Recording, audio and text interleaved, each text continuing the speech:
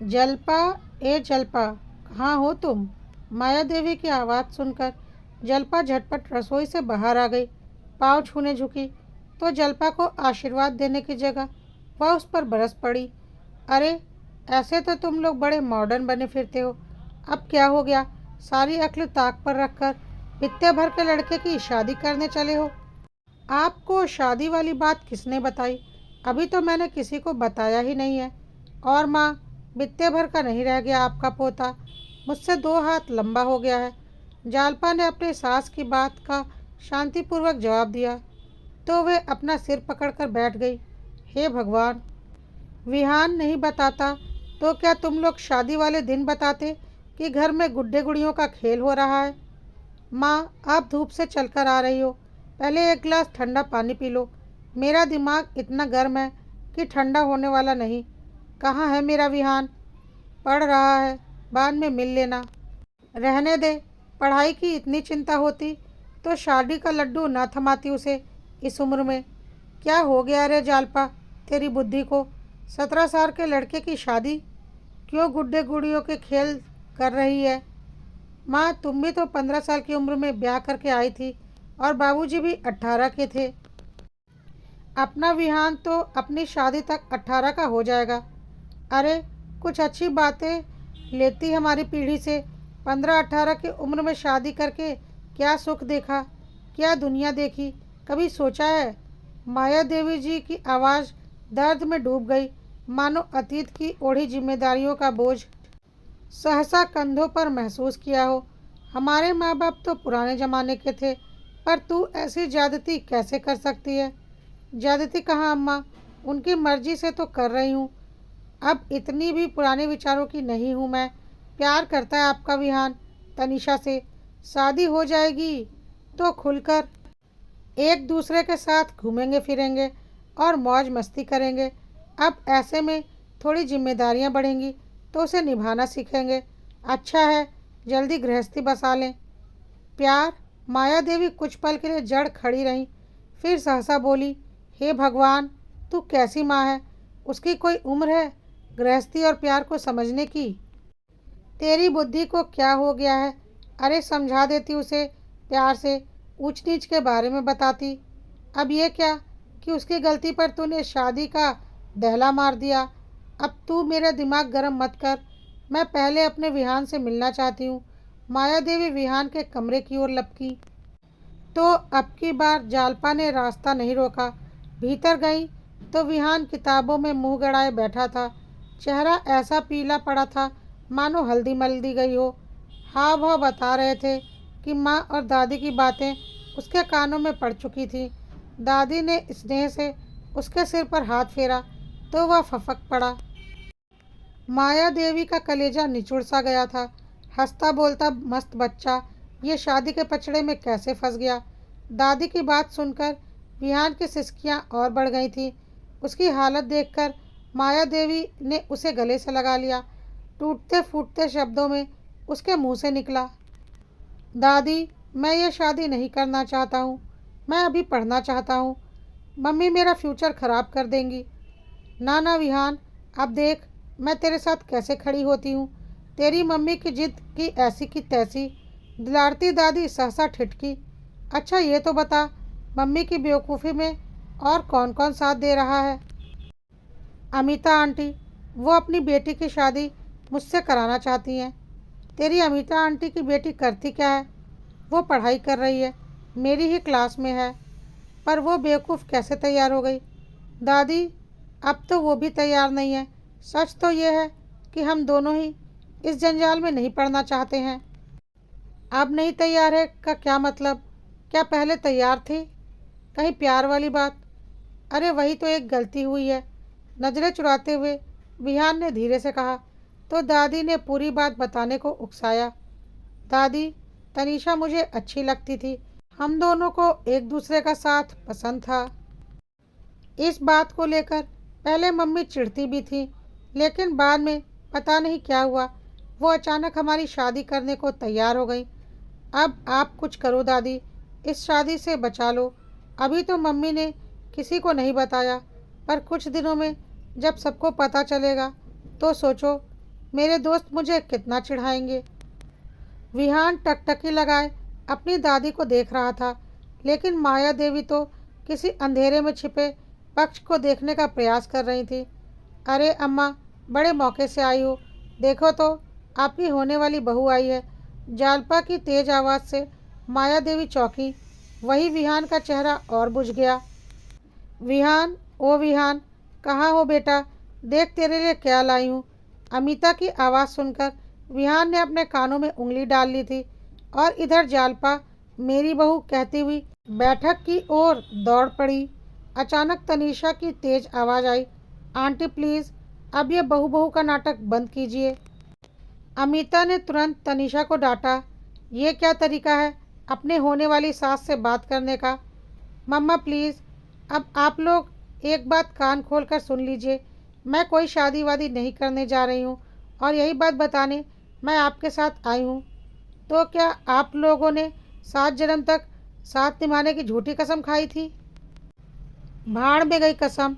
हम दोनों गलत थे, तो आप लोगों ने हमारी गलती सुधारने की बजाय एक नया हंगामा शुरू कर दिया। बेटा, हम तो तुम्हारे सच्चे प्यार से द्रवित हो गए थे, जालपा ने भीगे शब्दों में कहा। तो तनीषा और भड़क गई। आंटी, आप ये फिल्मी डायलॉग मत बोलिए। 18 साल का विहान और लगभग उतने ही साल की मैं, इस उम्र में आप सच्चे प्यार की उम्मीद करती हैं? अरे कुछ दिन हमने एक दूसरे की कंपनी को एंजॉय किया था बस। बच्चे गलत हो सकते हैं, ऐसे में आपका फ़र्ज़ था हमें सही गलत समझाना, पर यहाँ तो आप लोग खुद ही बचपना करने पर उतारू हैं। हमारी शादी, उफ, सोचकर ही अजीब लग रहा है। हमारी पढ़ाई, सपने, करियर, पूरी ज़िंदगी इस प्यार के चक्कर में। मुझे तो प्यार शब्द सुनने से ही घुटन हो रही है। कोई प्यार व्यार नहीं है हमें। अच्छी खासी पढ़ाई लिखाई छोड़कर शादी कर लूँ मैं, वो भी विहान से। ओ मैडम, गलती आपसे नहीं, मुझसे भी हुई है। जिस उम्र में करियर पर फोकस करना था, तुम्हारी वजह से कहीं और चला गया। दोनों के झगड़े को जहां अमिता और जालपा मुंह बाए देख रही थी, वहीं माया देवी ने उन्हें रोका। बस चुप हो जाओ तुम लोग। तुम्हारी इस हालत के जिम्मेदार और कोई नहीं, तुम खुद हो। फोकस ध्यान से, एकाग्रता, संयम और अनुशासन से आती है, जिसे तुम लोगों ने तोड़ा। दादी की बात से छाई चुप्पी को विहान ने तोड़ा। दादी, इससे पहले कि मम्मी और आंटी हमारी जग हंसाई कराएं, इस किस्से को यहीं ख़त्म कर दो। इसका मतलब तुम दोनों दुनिया वालों की वजह से अलग होना चाहते हो? नहीं दादी, हम अपने अच्छे फ्यूचर के लिए अलग होना चाहते हैं। अब तो बस आप लोग हमें एग्ज़ाम की तैयारी करने दीजिए। इस चक्कर में वैसे ही बहुत समय बर्बाद हो गया है। विहान की बात से सहमत तनीषा तुरंत बोली, अब 10 साल तक मुझे करियर को शेप देने के लिए छोड़ दो। मुझे मेडिकल के लिए तैयारी करनी होगी। सच, बड़ा ख़राब चक्कर है ये प्यार व्यार। तनीषा चुप हुई तो अमिता कुछ सोचते हुए बोली, जालपा, अगर बच्चों की यही मर्जी है तो हम कुछ दिन और। ओह नो, आप लोग कोई दूसरा कमिटमेंट मत कर लेना। जीवन के ऐसे डिसीज़न यूँ जल्दीबाजी में नहीं लिए जाते। इनका भी अपना एक समय और समझ होती है जो उम्र के साथ आती है। कहते हुए तनीषा अमिता को लगभग खींचते हुए साथ ले गई। वो घर से क्या गई, विहान के तो खुशी के मारे पंख ही निकल आए। मैं भगवान के सामने दिया लगाती हूँ, कहती हुई माया देवी पूजा के कमरे में चली गईं। जालपा आंखें मूंदे सोफे पर धम से बैठ गई। सहसा उसके होठ से एक रहस्यमयी पर स्थिर हंसी झलकी। उसके जेहन में तनीषा की बात, जीवन के ऐसे डिसीज़न, यूं गूंज रही थी। यही बात तो उसने भी कही थी, पर उस वक्त तो लगा था जीवन के सार उनके कानों तक पहुंचा ही नहीं था। 4-5 महीने पहले की ही तो बात है जब उसने विहान और तनीषा को एक साथ मोटरसाइकिल पर बैठे देखा था। साथ बैठना अजीब नहीं था, अजीब था तनीषा का उससे हद से ज़्यादा चिपक कर बैठना। जालपा का मन निचुड़ सा गया था, पर एक दिन बड़े संकोच से अमिता ने कहा कि विहान और तनीषा के बीच कुछ चल रहा है।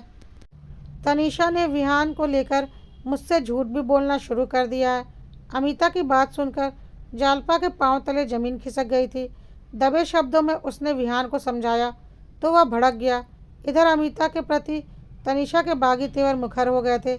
जब दोनों ने मिलकर उनको समझाने की कोशिश की तो दोनों ने मिलकर घर वालों के खिलाफ मोर्चा खोल दिया था। पढ़ाई लिखाई ताक पर रखकर एक दूसरे का साथ निभाने की घोषणा कर दी।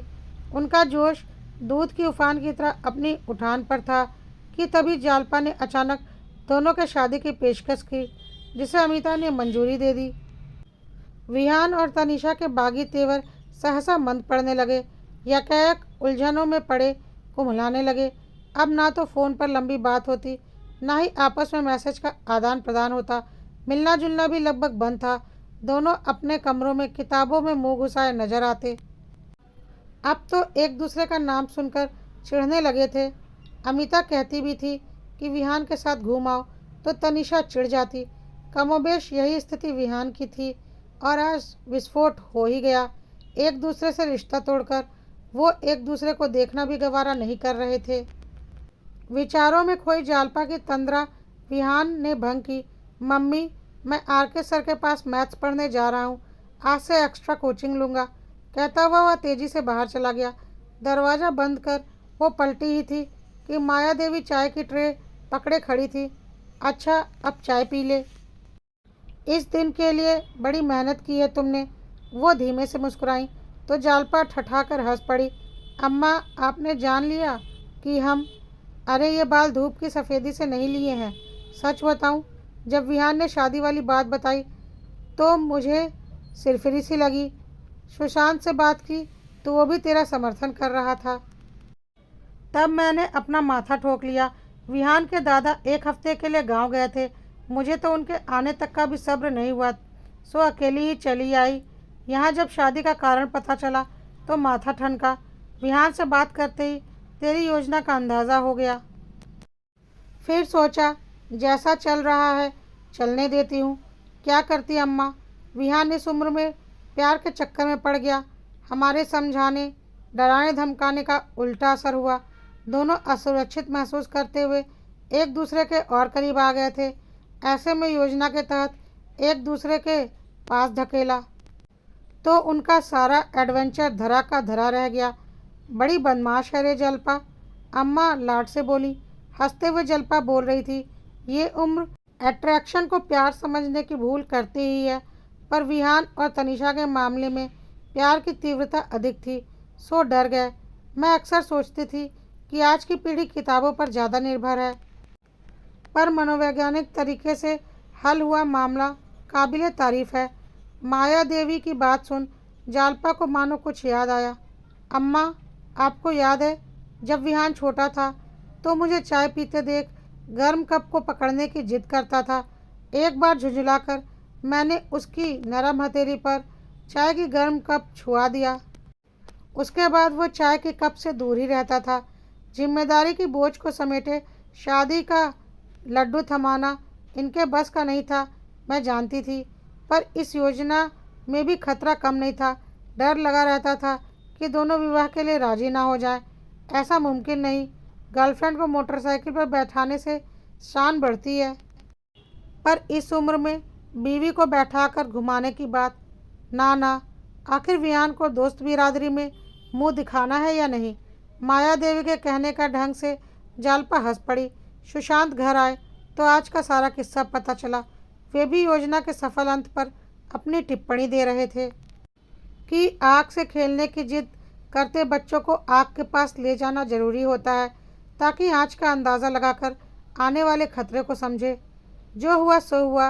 अब इस घर में विहान की पढ़ाई के अलावा और कोई बात नहीं होगी।